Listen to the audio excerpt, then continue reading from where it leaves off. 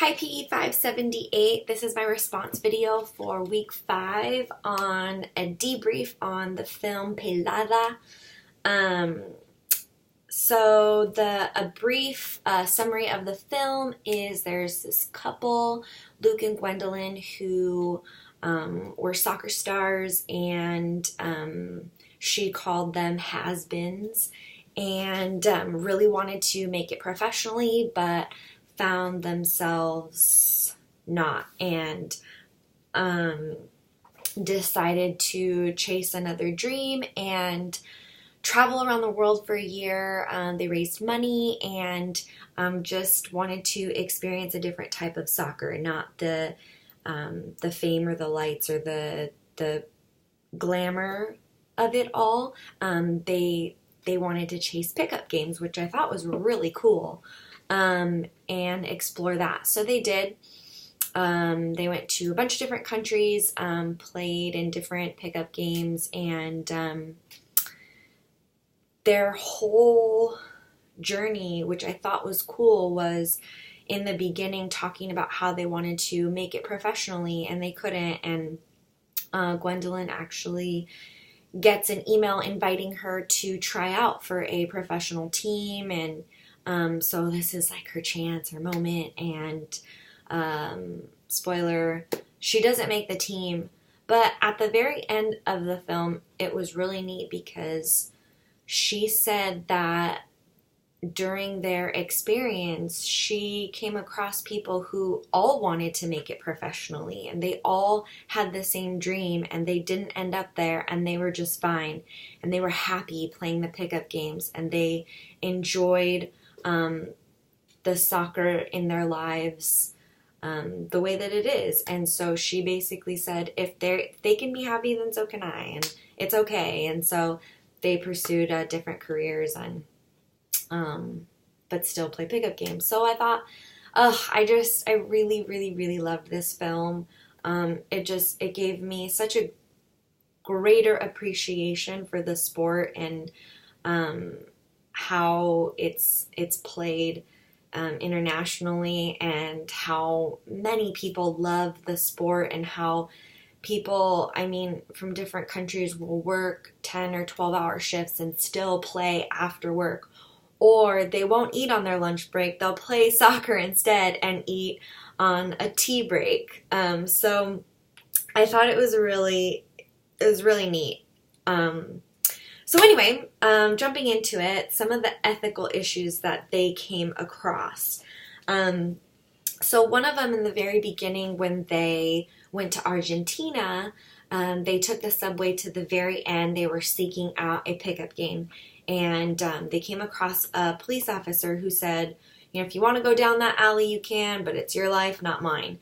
Basically a warning, like, you are heading into danger zone. But if that's what you want to do, go right ahead. So they did, which I don't know if I would have, but they did, and they found a pickup game. It was in a little place called Villa 31, where there was different types of people, different classes. So you had really good people, and then you had really bad people who were thieves and did all kinds of bad things, but they all came together in this one place to play soccer. And when they played together, there was no differentiating who was who, you're bad, you're good. They all played together and had a great time. One thing that they did mention was that when they tried to play outside of that area, they weren't allowed to. They were discriminated against because of where they were from. And they said that you can't play with us because you're a Villa kid or a Villa kid.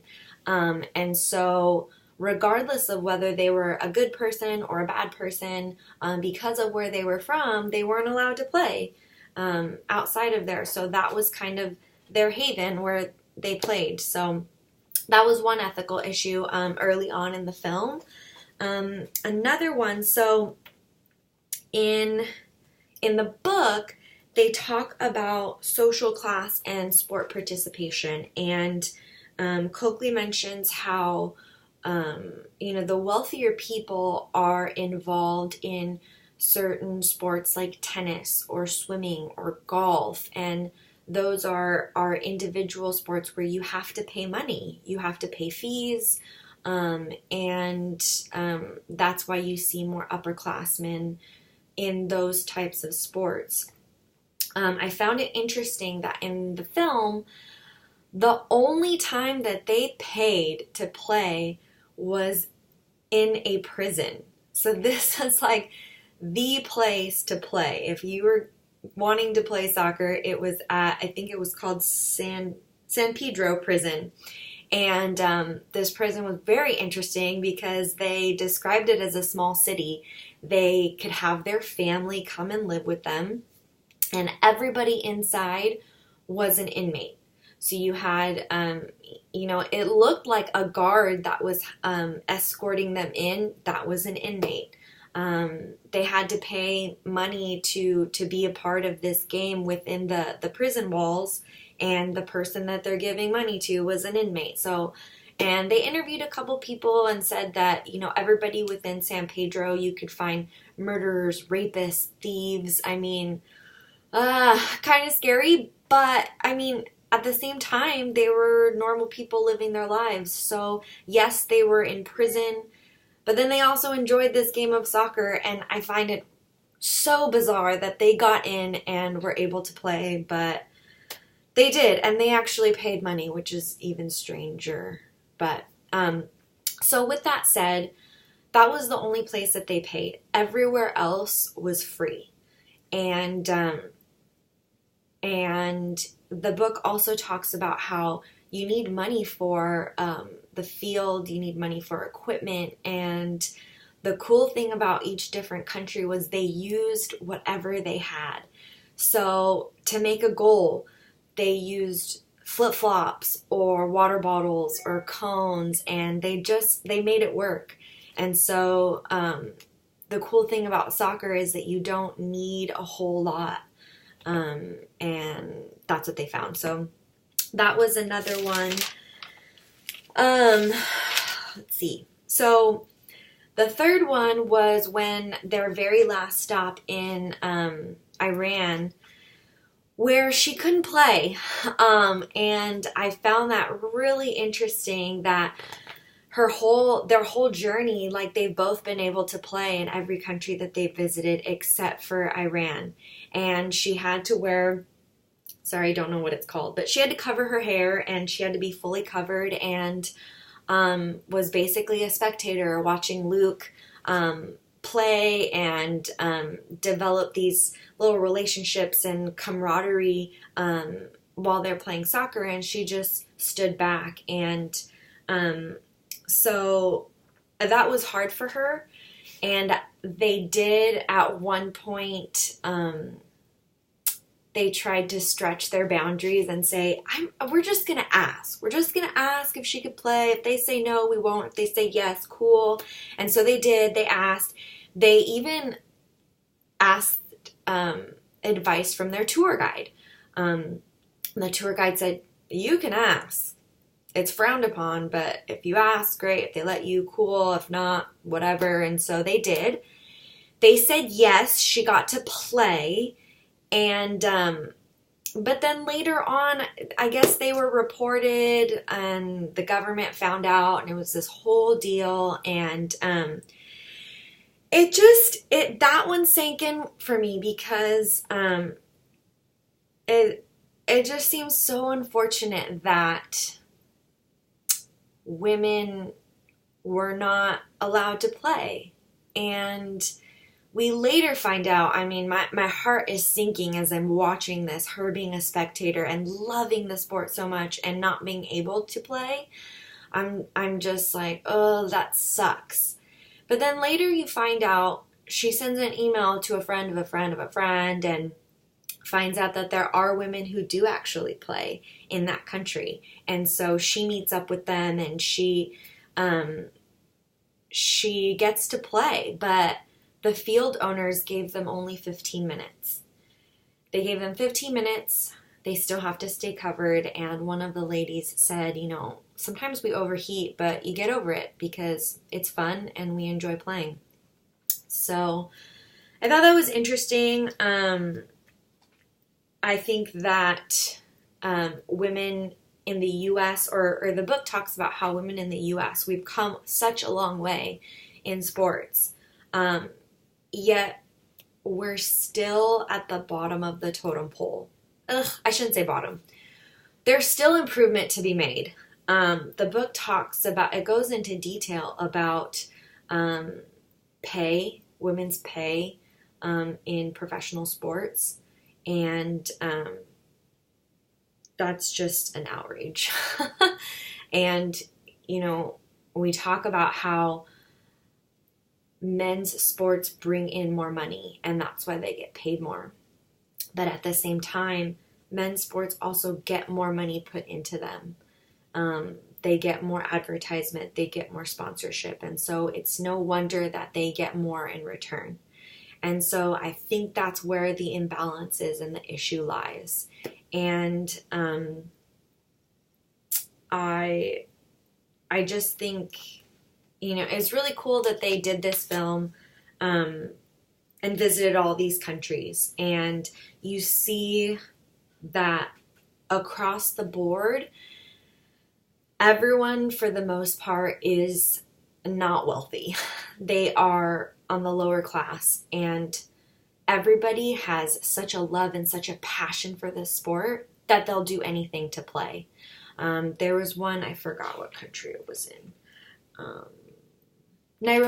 In Nairobi, Africa. They had a site where it was just full of garbage, and they, one piece by one piece, cleared it out to create this field to be able to play. And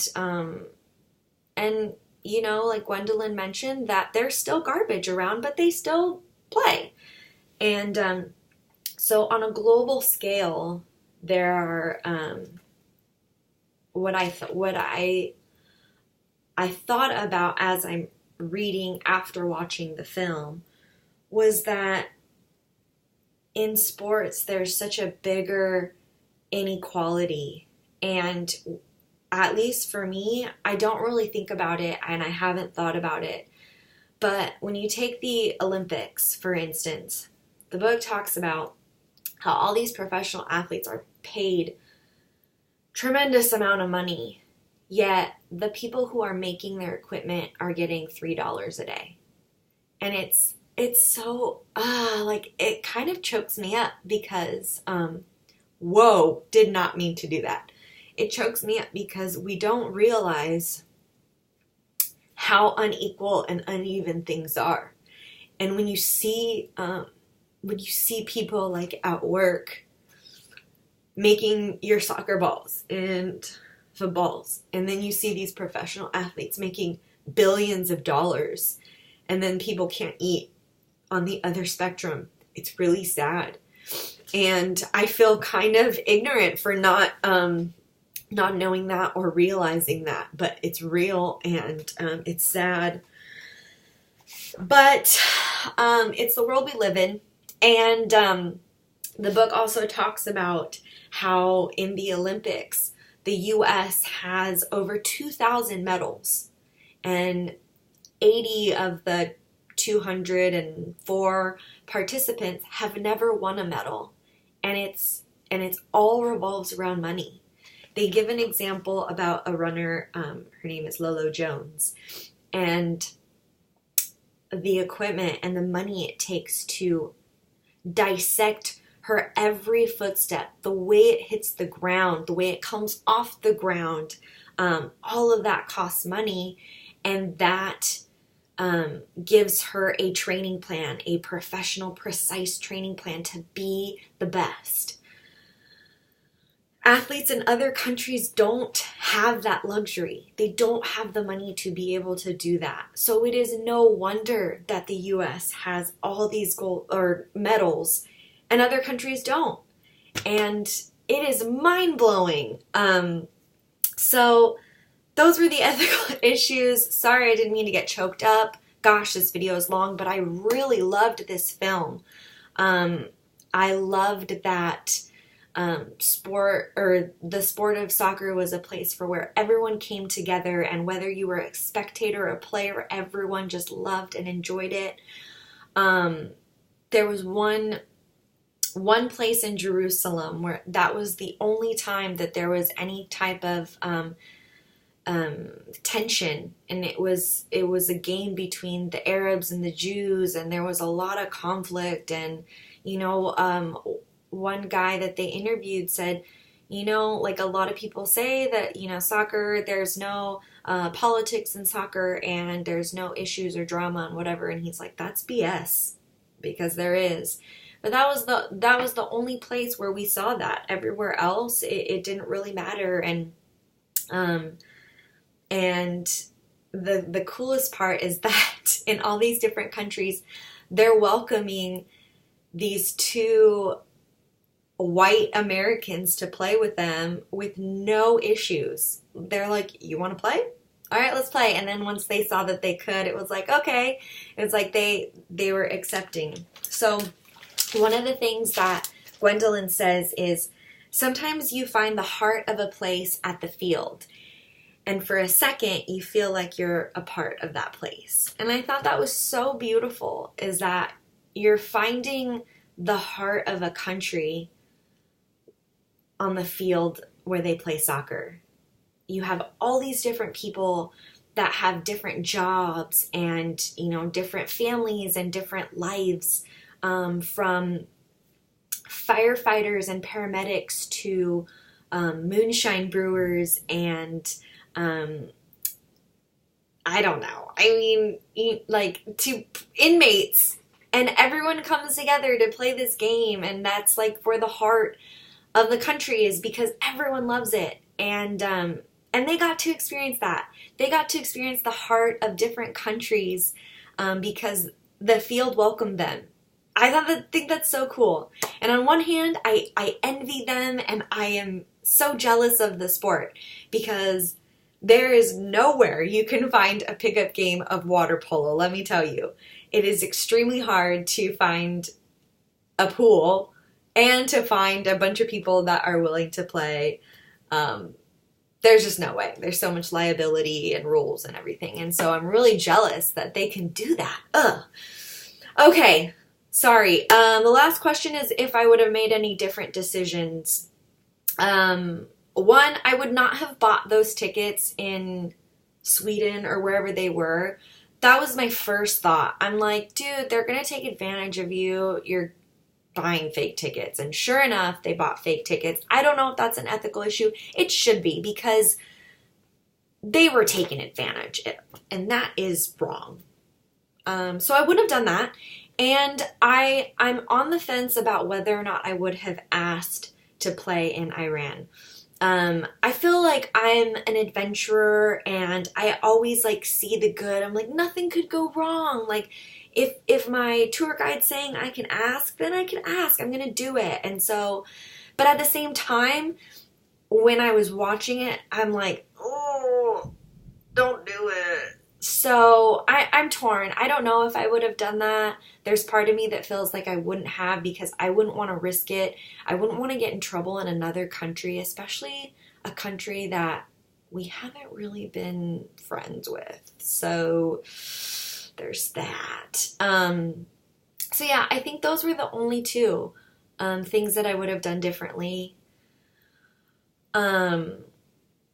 Otherwise, I would have done it. It sounds cool. I'm jealous. I wish that when I was all young and not married, I would have done it. But again, my sport, I just can't go play pickup games. But I have a greater appreciation for soccer. I love sports. And that is my video. I cannot believe it went 19 minutes. No one's probably going to watch this. But if you've watched it to the end, thank you. Bless your heart. And I hope you have a good week.